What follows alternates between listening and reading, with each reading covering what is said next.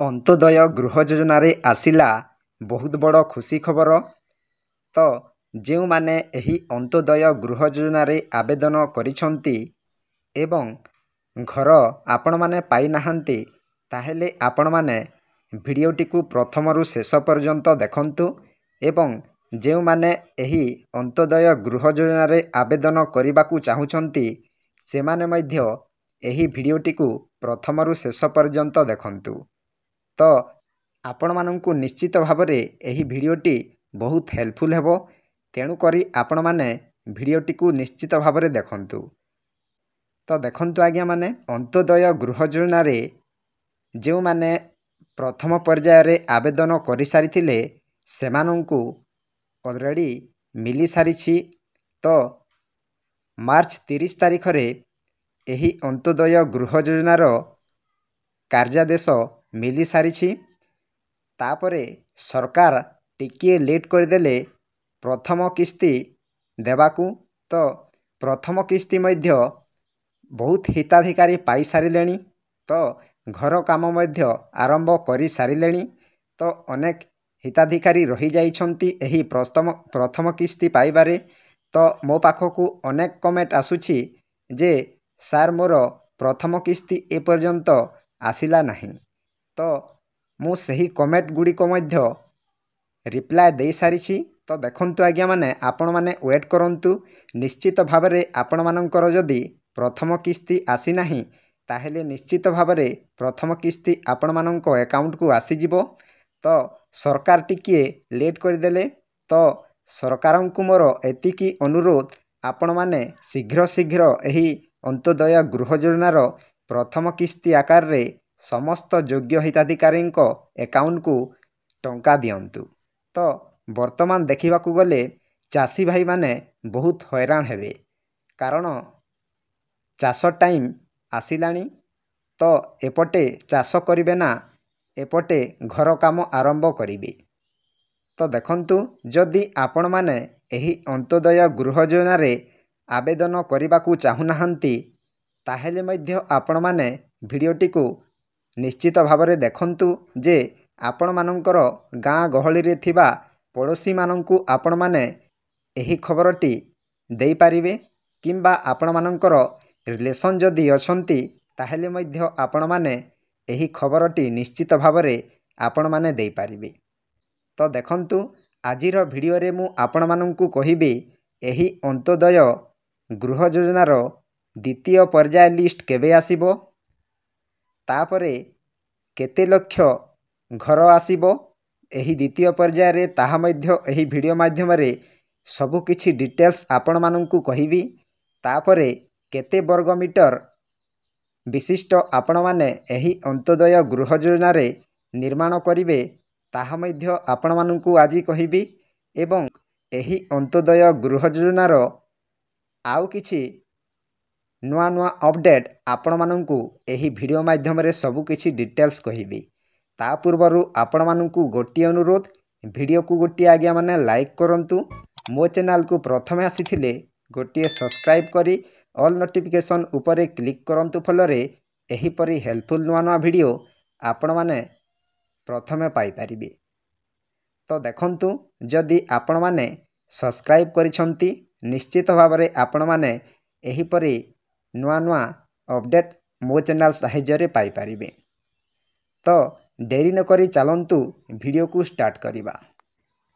ତ ଦେଖନ୍ତୁ, ସବୁ ଯୋଜନାରୁ ବାଦ୍ ପଡ଼ିଥିଲେ ମିଳିବ ଘର, ମନ୍ତ୍ରୀ ଦେଲେ ବଡ଼ ସୂଚନା। ତ ଆପଣମାନେ ଯଦି ସବୁ ଯୋଜନାରୁ ବାଦ୍ ପଡ଼ିଛନ୍ତି, ନିଶ୍ଚୟ ଭାବରେ ଆପଣମାନଙ୍କୁ ମିଳିବ ଘର, ମନ୍ତ୍ରୀ ଦେଇଛନ୍ତି ବଡ଼ ସୂଚନା। ଏହା ଧରିତ୍ରୀ ନ୍ୟୁଜ୍ରେ ପ୍ରକାଶ ପାଇଛି ଗତକାଲି 2ଟା 47 PM। ତ ଆସନ୍ତୁ ଜାଣିବା ଖବର କ'ଣ ରହିଛି। ପଞ୍ଚାୟତରାଜ ମନ୍ତ୍ରୀ ରବି ନାୟକ ମଙ୍ଗଳବାର ଏକ ବଡ଼ ସୂଚନା ଦେଇଛନ୍ତି।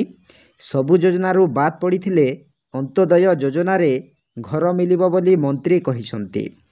ସେ କହିଛନ୍ତି ପ୍ରଥମ ପର୍ଯ୍ୟାୟରେ ପ୍ରାୟ 60,000 ଘର ଦିଆଯାଇଛି। ଏବେ ତାଲିକା ପ୍ରସ୍ତୁତି ଚାଲିଛି, 2 ମାସ ଭିତରେ ପ୍ରକ୍ରିୟା ସରିବ। ଦେଖନ୍ତୁ ଆଜ୍ଞା, ମାନେ ପଞ୍ଚାୟତରାଜ ମନ୍ତ୍ରୀ ରବି ନାୟକ ଗତକାଲି ବଡ଼ ଅପଡ଼େଟ୍ ଦେଇସାରିଛନ୍ତି। ସବୁ ଯୋଜନାରୁ ବାଦ୍ ପଡ଼ିଥିଲେ ମିଳିବ ଅନ୍ତୋଦୟ ଗୃହ ଯୋଜନାରେ ଘର।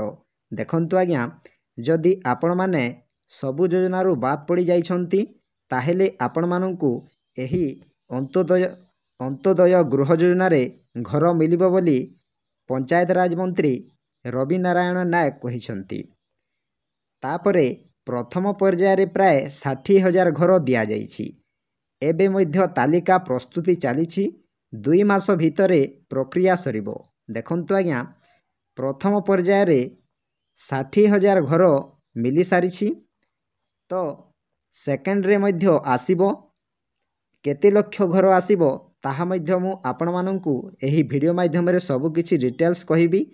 ତେଣୁକରି ଆପଣମାନେ ଭିଡ଼ିଓଟିକୁ ପ୍ରଥମରୁ ଶେଷ ପର୍ଯ୍ୟନ୍ତ ନିହାତି ଦେଖନ୍ତୁ। ତ ଦେଖନ୍ତୁ, ପ୍ରଥମ ପର୍ଯ୍ୟାୟରେ 60,000 ଘର ମିଳିସାରିଛି।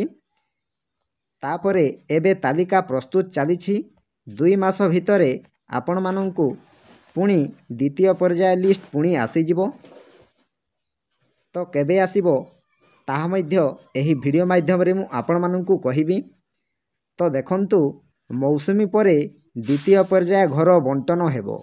ସୂଚନାଯୋଗ୍ୟ ଯେ ରାଜ୍ୟରେ ଅନ୍ତୋଦୟ ଗୃହ ଯୋଜନାରେ ସମାଜର ଦୁର୍ବଳ ବର୍ଗର ସବୁ ଲୋକଙ୍କୁ ପକ୍କା ଘର ଯୋଗାଇ ଦିଆଯିବ। ତାପରେ ପ୍ରଚଳିତ ଗୃହ ନିର୍ମାଣ ଯୋଜନାରେ ଉପକୃତ ହୋଇନଥିବା ଯୋଗ୍ୟ ପରିବାରଗୁଡ଼ିକୁ ଏହି ଯୋଜନାରେ ପକ୍କା ଘର ଦିଆଯିବ। ତାପରେ ଦେଖନ୍ତୁ, 25 ବର୍ଗ ମିଟର ପରିଧିର ପକ୍କା ଘର ନିର୍ମାଣ ପାଇଁ 1,20,000 ଟଙ୍କା ଆର୍ଥିକ ସହାୟତା ସରକାର ଦେବେ। ଦେଖନ୍ତୁ ଆଜ୍ଞା, ମୌସୁମୀ ପରେ ଦ୍ୱିତୀୟ ପର୍ଯ୍ୟାୟ ଘର ବଣ୍ଟନ ହେବ ବୋଲି ସରକାର ସୂଚନା ଦେଇଛନ୍ତି। ଆପଣମାନେ ମନେ ରଖନ୍ତୁ, ମୌସୁମୀ ପରେ ଆପଣମାନଙ୍କୁ ଏହି ଅନ୍ତୋଦୟ ଗୃହ ଯୋଜନାର ଦ୍ୱିତୀୟ ପର୍ଯ୍ୟାୟ ଆସିବ। ଦ୍ୱିତୀୟ ପର୍ଯ୍ୟାୟ ଲିଷ୍ଟ ମଧ୍ୟ ଆସିଯିବ। ତ ଆପଣମାନଙ୍କୁ ଦ୍ୱିତୀୟ ପର୍ଯ୍ୟାୟ ଲିଷ୍ଟ ଆସିଲେ ଆପଣମାନଙ୍କୁ ଏକ ଭିଡ଼ିଓ ତିଆରି କରିକି ଆପଣମାନଙ୍କୁ ନୂଆ ନୂଆ ଅପଡ଼େଟ୍ ଦେବି। ତ ଆପଣମାନେ ତେଣୁକରି ମୋ ଚ୍ୟାନେଲକୁ ଗୋଟିଏ ସବସ୍କ୍ରାଇବ୍ କରି ରଖିଥାନ୍ତୁ। ତ ଦେଖନ୍ତୁ ଆଜ୍ଞା, ମାନେ ସୂଚନାଯୋଗ୍ୟ ଯେ ରାଜ୍ୟରେ ଅନ୍ତୋଦୟ ଗୃହ ଯୋଜନାରେ ସମାଜର ଦୁର୍ବଳ ବର୍ଗଙ୍କୁ ପକ୍କା ଘର ଯୋଗାଇ ଦିଆଯିବ। ଦେଖନ୍ତୁ ଆଜ୍ଞା, ମାନେ ତ ଆପଣମାନଙ୍କୁ ଏକ ଭିଡ଼ିଓ ନେଇ ଆସିଥିଲି କେଉଁମାନଙ୍କୁ ଏହି ଅନ୍ତୋଦୟ ଗୃହ ଯୋଜନାଟି ମିଳିପାରିବ, ତାପରେ କେତେ ଲକ୍ଷ ଟଙ୍କା ଏହି ଅନ୍ତୋଦୟ ଗୃହ ଯୋଜନାରେ ମିଳିବ, ତାପରେ ସବୁକିଛି ଡିଟେଲ୍ସ ଆପଣମାନଙ୍କୁ ଏକ ଭିଡ଼ିଓ ତିଆରି କରିସାରିଛି। ତ ଯଦି ଆପଣମାନେ ସେହି ଭିଡ଼ିଓଟି ଦେଖିନାହାନ୍ତି ତାହେଲେ ମୁଁ ଭିଡ଼ିଓ ଡେସ୍କ୍ରିପସନରେ ଲିଙ୍କ ଦେଇଦେଇଛି। ଆପଣମାନେ ନିଶ୍ଚୟ ଭାବରେ ସେହି ଲିଙ୍କକୁ କ୍ଲିକ୍ କରିଲେ ଆପଣମାନେ ଅନ୍ତୋଦୟ ଗୃହ ଯୋଜନାର ସବୁକିଛି ଡିଟେଲ୍ସ ଆପଣମାନେ ପାଇପାରିବେ।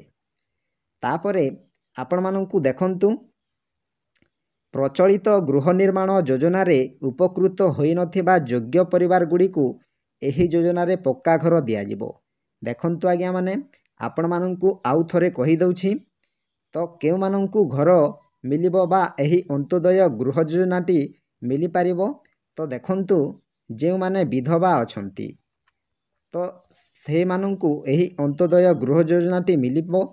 ତାପରେ ଯେଉଁମାନଙ୍କର ଘର ପୋଡ଼ି ଯାଇଥିବ, ଦେଖନ୍ତୁ ଆଜ୍ଞା, ମାନେ ଆପଣମାନଙ୍କର ଘର ଯଦି ପୋଡ଼ିଯାଇଛି ତାହେଲେ ଏହି ଅନ୍ତୋଦୟ ଗୃହ ଯୋଜନାରେ ଆବେଦନ କରନ୍ତୁ। ଆପଣମାନଙ୍କୁ ସୁନିଶ୍ଚିତ ଭାବରେ ଶୀଘ୍ର ଏହି ଅନ୍ତୋଦୟ ଗୃହ ଯୋଜନାଟି ମିଳିପାରିବ। ତାପରେ ଆପଣମାନଙ୍କର ବନ୍ୟା ବାତ୍ୟାରେ ଯଦି ଆପଣମାନଙ୍କର ଘର ଭାସିଯାଇଛି ତାହେଲେ ମଧ୍ୟ ଏହି ଅନ୍ତୋଦୟ ଗୃହ ଯୋଜନାରେ ଆବେଦନ କରନ୍ତୁ। ନିଶ୍ଚୟ ଭାବରେ ଆପଣମାନଙ୍କୁ ମିଳିବ। ତାପରେ ଦେଖନ୍ତୁ, ଆପଣମାନଙ୍କର ଯଦି 80%ରୁ ଅଧିକ ଅଛି ଭିନ୍ନକ୍ଷମରେ ତାହେଲେ ମଧ୍ୟ ଆପଣମାନଙ୍କୁ ଏହି ଅନ୍ତୋଦୟ ଗୃହ ଯୋଜନାରେ ମିଳିବ। ତ ଆପଣମାନେ ନିଶ୍ଚୟ ସେହି ଭିଡ଼ିଓଟିକୁ ଦେଖନ୍ତୁ। ଆପଣମାନେ ସବୁକିଛି ଡିଟେଲ୍ସ ଜାଣିପାରିବେ। ତାପରେ ଦେଖନ୍ତୁ, ଆପଣମାନଙ୍କୁ 25 ବର୍ଗ ମିଟର ପରିଧିର ପକ୍କା ଘର ନିର୍ମାଣ ପାଇଁ 1,20,000 ଟଙ୍କା ଆର୍ଥିକ ସହାୟତା ସରକାର ଦେବେ। ଦେଖନ୍ତୁ ଆଜ୍ଞା, ମାନେ ଆପଣମାନେ ଯଦି ଏହି ଅନ୍ତୋଦୟ ଗୃହ ଯୋଜନାଟି ନିର୍ମାଣ କରିବେ ତାହେଲେ 25 ବର୍ଗ ମିଟର ପରିଧିର ଆପଣମାନେ ଏହି ପକ୍କା ଘରକୁ ନିର୍ମାଣ କରନ୍ତୁ। ତ ସରକାରଙ୍କ ଗାଇଡ଼ଲାଇନ୍ ଅନୁଯାୟୀ ଆପଣମାନଙ୍କୁ କହିଦେଉଛି 25 ବର୍ଗ ମିଟର ଆପଣମାନଙ୍କର ପରିଧିର ପକ୍କା ଘର ନିର୍ମାଣ କରନ୍ତୁ। ତାପରେ ଏହି 25 ବର୍ଗ ମିଟର ପରିଧିର ନିର୍ମାଣ ପାଇଁ ସରକାର 1,20,000 ଟଙ୍କା ଆର୍ଥିକ ସହାୟତା ସରକାର ଦେଉଛନ୍ତି। ଦେଖନ୍ତୁ ଆଜ୍ଞା ମାନେ ଆପଣମାନଙ୍କୁ 1,20,000 ଟଙ୍କାର ସହାୟତା ଏହି ଅନ୍ତୋଦୟ ଗୃହ ଯୋଜନାରେ ଦେଉଛନ୍ତି। ତାପରେ ଦେଖନ୍ତୁ 3 ବର୍ଷ ମଧ୍ୟରେ ଏହି ଯୋଜନାରେ ଅତି କମ୍ରେ 2.25 ଲକ୍ଷ ଘର ମଞ୍ଜୁର କରାଯିବ।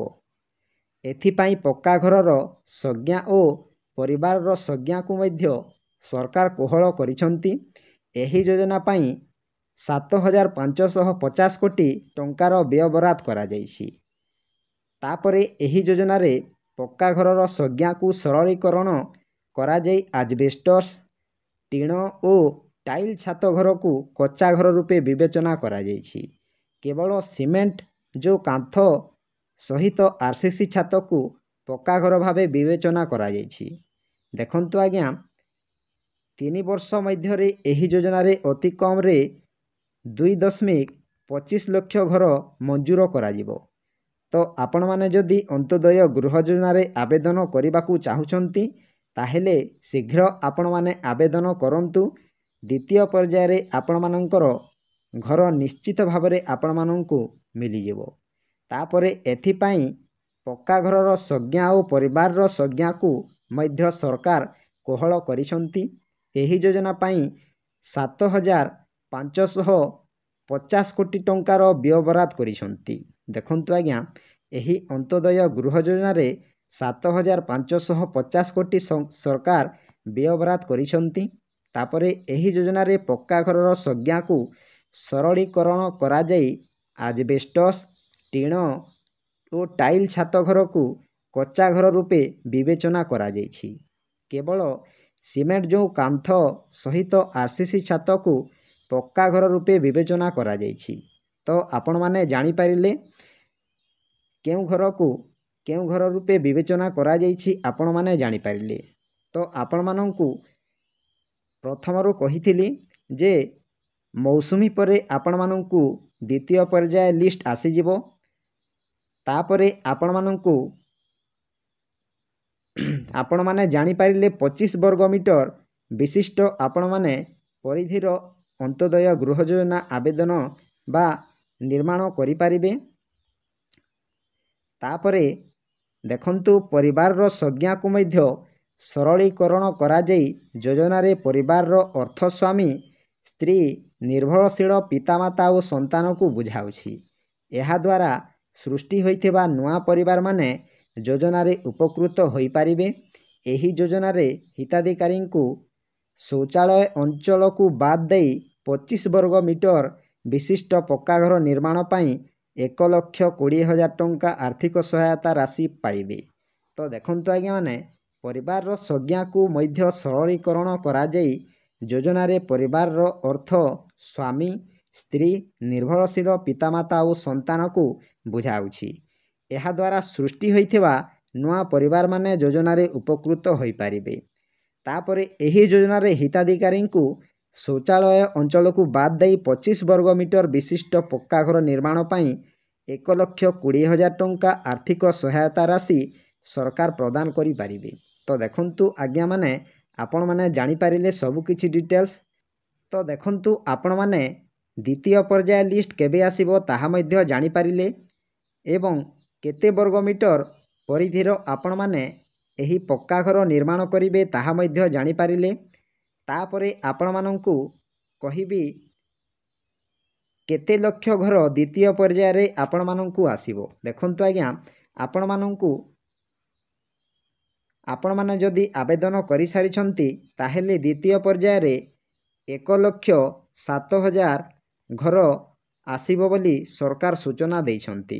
ଦେଖନ୍ତୁ ଆଜ୍ଞା ଆପଣମାନେ ଯଦି ଆବେଦନ କରିସାରିଛନ୍ତି ନିଶ୍ଚୟ ଭାବରେ ଆପଣମାନଙ୍କୁ ଏହି ଅନ୍ତୋଦୟ ଗୃହ ଯୋଜନାଟିଏ ମିଳିପାରିବ। ତ ଆପଣମାନେ ନିଶ୍ଚିତ ଭାବରେ ରୁହନ୍ତୁ। ତାପରେ ଏହି ଅନ୍ତୋଦୟ ଗୃହ ଯୋଜନାର ଆଉ କିଛି ଅପଡ଼େଟ୍ ଆପଣମାନେ ଜାଣିପାରିଲେ। ତ ସବୁକିଛି ଡିଟେଲ୍ସ ଏହି ଅନ୍ତୋଦୟ ଗୃହ ଯୋଜନା ବିଷୟରେ ଜାଣିପାରିଲେ। ଯଦି ଭିଡ଼ିଓଟି ଭଲ ଲାଗିଥାଏ ଭିଡ଼ିଓକୁ ଗୋଟିଏ ଲାଇକ୍ କରନ୍ତୁ ଏବଂ ମୋ ଚ୍ୟାନେଲକୁ ପ୍ରଥମେ ଆସିଥିଲେ ଗୋଟିଏ ସବସ୍କ୍ରାଇବ୍ କରି ଅଲ୍ ନୋଟିଫିକେସନ୍ ଉପରେ କ୍ଲିକ୍ କରନ୍ତୁ, ଫଳରେ ଏହିପରି ହେଲ୍ପଫୁଲ୍ ନୂଆ ନୂଆ ଭିଡ଼ିଓ ଆପଣମାନଙ୍କ ଠାରେ ପ୍ରଥମେ ପହଞ୍ଚିବ। ତ ଭିଡ଼ିଓକୁ ଏଇଠି ଏଣ୍ଡ କରୁଛି। ଜୟ ଜଗନ୍ନାଥ।